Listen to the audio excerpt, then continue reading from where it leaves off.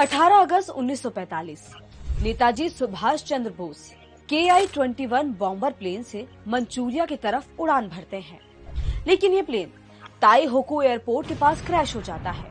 5 दिन बाद 23 अगस्त 1945 को टोक्यो रेडियो से जानकारी मिलती है कि प्लेन हादसे में नेताजी सुभाष चंद्र बोस पूरी तरह जल गए और अस्पताल में इलाज के दौरान उनका निधन हो गया है।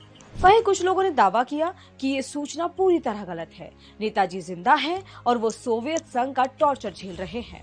तो कुछ लोगों ने कहा कि वो अपना भेष बदलकर भारत में ही रह रहे हैं। लेकिन आखिर सच क्या है? नेताजी की 127वीं जयंती पर समझते हैं उनकी मौत की मिस्ट्री। इसकी शुरुआत हुई 6 अगस्त 1945 को, जब अमेरिका ने वर्ल्ड वॉर 2 के दौरान हिरोशिमा में न्यूक्लियर बम गिराया। ब्रिटिश आर्मी मलाया द्वीप पर हमला करने की तैयारी में थी और जापान सरेंडर करने की। लेकिन सुभाष चंद्र बोस के लिए ये खबर अच्छी नहीं थी, क्योंकि जापान नेताजी की आजाद हिंद फौज की बहुत मदद करता था और भारत को ब्रिटिश शासन से आजाद कराने का मिशन होना बाकी था। इतिहासकार जॉयस चैंपियन की किताब the Indian national army and Japan के मुताबिक 16 अगस्त को बोस ने वियतनाम के शहर साइगोन जाने का फैसला लिया। इसके लिए वो पहले बैंकॉक में इंडियन इंडिपेंडेंस लीग के मुख्यालय गए।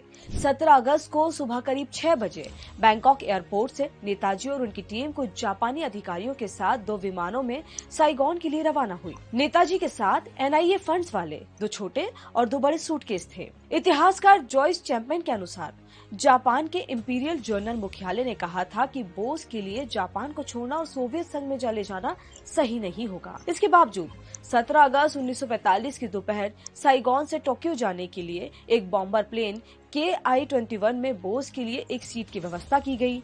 इस प्लेन में 11 लोग पहले से सवार थे, लेकिन बोस ने विमान में अकेले जाने से मना कर दिया था, जिसके बाद पायलट से बात करके एक सीट की व्यवस्था और की गई और बोस ने हबीबुर रहमान को अपने साथ जाने के लिए चुना और अपने साथ NIA फंड्स वाले बैग्स भी ले गए। 17 अगस्त की रात उन्होंने वियतनाम में बिताई। 18 अगस्त को दोपहर 2 बजे प्लेन ने वियतनाम से ताइहोकू यानी अब के ताइवान से मंचूरिया जाने के लिए उड़ान भरी। विमान हवा में 20 से 30 फीट ही पहुंचा होगा कि उसमें एक जोरदार धमाका हुआ और वो 2 हिस्से में टूट गया। नेताजी के कपड़ों और शरीर में आग लग गई थी। उन्हें नानमोन सैन्य अस्पताल में इलाज के लिए ले जाया गया, जहां रात 9 से 10 बजे के बीच उन्होंने अंतिम सांस ली। 20 अगस्त को ताइहोकू में नेताजी का अंतिम संस्कार किया गया और 23 अगस्त 1945 को ये खबर पूरी दुनिया में फैल गई। नेताजी सुभाष चंद्र बोस की मौत से जुड़ी कई कॉन्स्पिरेसी थ्योरीज भी हैं, जैसे retired major general GD Bakshi अपनी किताब बोस द इंडियन समुराई में जिक्र करते हैं कि नेताजी ताइपेई विमान दुर्घटना में सुरक्षित बच गए थे और रूस जाकर उन्होंने आजाद हिंद गवर्नमेंट एम्बेसी की स्थापना की।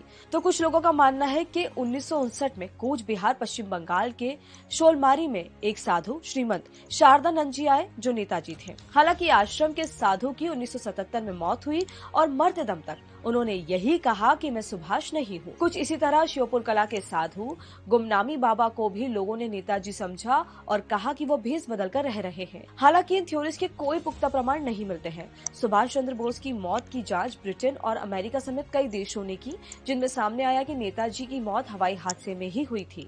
भारत सरकार की जाँच में भी यही बात सामने आई।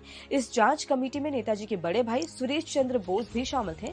हालांकि उन्होंने अंतिम रिपोर्ट पर हस्ताक्षर नहीं किए थे। 23 जनवरी 2016 को नेताजी सुभाष चंद्र बोस से जुड़ी 100 सीक्रेट फाइलें सार्वजनिक कर दी गई। हालांकि इनमें कोई नया सबूत नहीं मिला है। ऐसे और भी वीडियोस देखने के लिए जुड़े रहिए दैनिक।